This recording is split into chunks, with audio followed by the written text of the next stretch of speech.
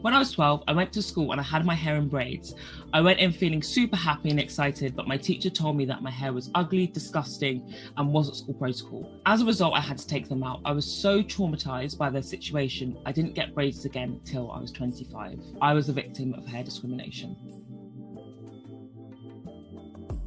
Hair discrimination is when you treat someone unfairly and differently, not because of who they are, but for the characteristics that they hold, which are different to the European standards. Often this is Afro hair. This isn't based on appearance bias, but it's actually rather a conduit for racial discrimination. A wrestling official told New Jersey high school athlete Andrew Johnson he would have to cut his dreadlocks in order to compete. My son just got told he cannot attend his school with his hair.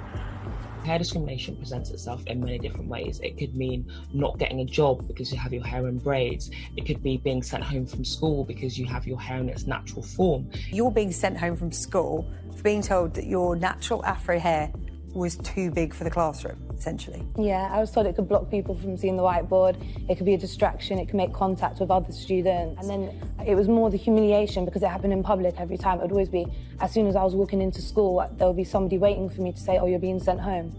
Or if I got into school and I was in a lesson, someone would come in and take me out and say, your hair's a bit too big today, we need to do something about that. When slavery was first brought into the West, one of the things that happened was that people's hair was shaved off as a form of cultural assimilation. That assimilation has transcended into the culture in which we see today. We see this in standard beauty practices. What's happened? That's so terrible. A catastrophe. Look what happened to my hair. Normally it's straight. I was just walking down the hall when, oh, my whole head of hair popped up just like that. When we look at long, silky hair, or when we look at European-centric hair, we associate it with upper class, status, wealth, and beauty. And when we look at Afro hair, we see the opposite. I learned to love my hair through history and through actually understanding what goes into my hair and why my hair works in the way in which it does. The reason why it's so curly is because it actually protects you from the sun. So when the sun hits and you start sweating, the hair doesn't absorb the water, it actually cools you down. That made me think a little bit more about our hair. One of the things that I learned was that actually as well, our hair was used to store food because our hair is so thick, it was able to hold in rice. The sooner I learned about the power and the history of my hair, the sooner I realized there was no other way but to love it.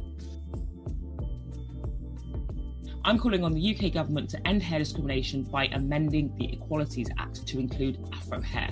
Places like New York and California have created specific laws to protect people against hair discrimination. A new law makes California the first state to ban discrimination against black students and employees over their natural hairstyles.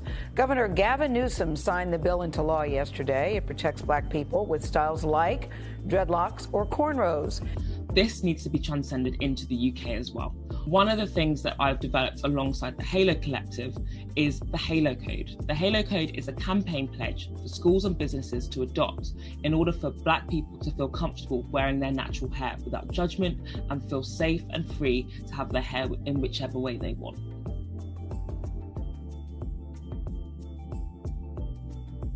I want everyone to feel happy, free to have their hair in its natural form without judgment or discrimination. Petitions like mine and the Halo Code are a starting point for people to feel confident and happy in their own hair. If you want to be a leader for change for the end of hair discrimination, you can sign my petition, adopt the Halo Code, and stop using terminology like coarse, frizzy, and nappy, and start using words like big, beautiful, and delicate, so people can feel comfortable, confident, and happy with the hair that they were born with.